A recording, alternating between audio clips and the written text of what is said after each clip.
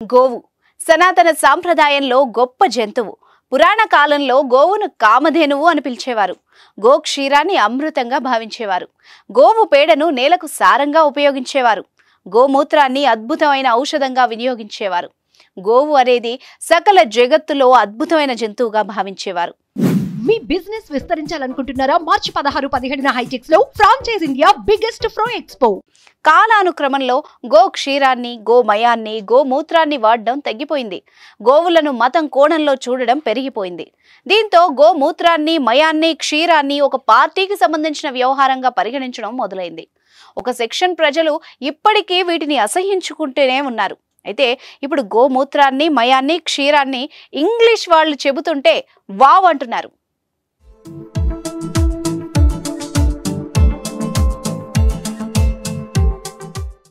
ఆవు అంటే పాలిచ్చే జంతువే అనుకోకు. గోవుకున్న గొప్పదనం ఎప్పుడు మర్చిపోకు.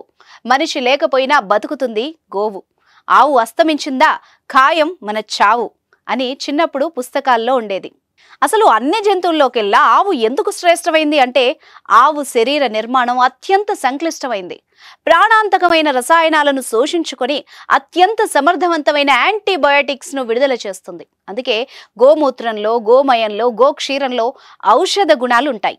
అవి అనేక రకాలైన వ్యాధుల్ని తగ్గిస్తాయి. ఈ విషయాన్ని భారతదేశానికి చెందిన పురాతన ఆయుర్వేద వైద్య నిపుణులు చెబితే విదేశీయులు ఓ నవ్వు నవ్వారు. భారతీయులు చెబుతోంది అంతా అసత్యమనే ప్రకటించారు.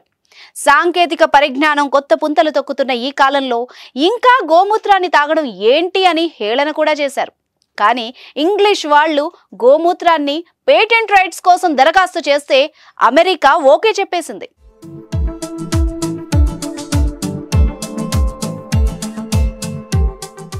ఇక గోమూత్రాన్ని అనేక విధాలుగా పరిశీలించిన పాశ్చాత్య దేశాలకు చెందిన శాస్త్రవేత్తల బృందం పేటెంట్ రైట్ కోసం దరఖాస్తు చేస్తే అమెరికా గ్రీన్ సిగ్నల్ ఇచ్చింది.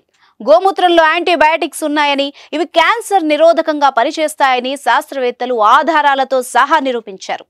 వాటికి సంబంధించిన నివేదికల్ని పేటెంట్ రైట్స్ బృందానికి సమర్పించారు.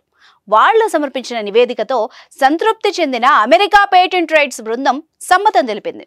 వాస్తవానికి ఇదే గోమూత్రానికి సంబంధించి భారతీయులు పాజిటివ్ గా ప్రచారం చేస్తే అప్పట్లో ఇంగ్లీష్ దేశాలకు చెందిన వాళ్ళు నొసళ్లు చిట్లించారు.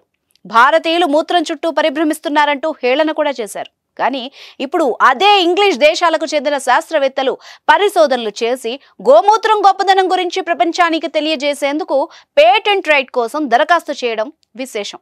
అప్పట్లో భారతీయుల్ని హేళన చేసిన వాళ్ళు గోమూత్రం గొప్పదనం తెలుసుకున్న తర్వాత సైలెంట్ అయిపోయారు.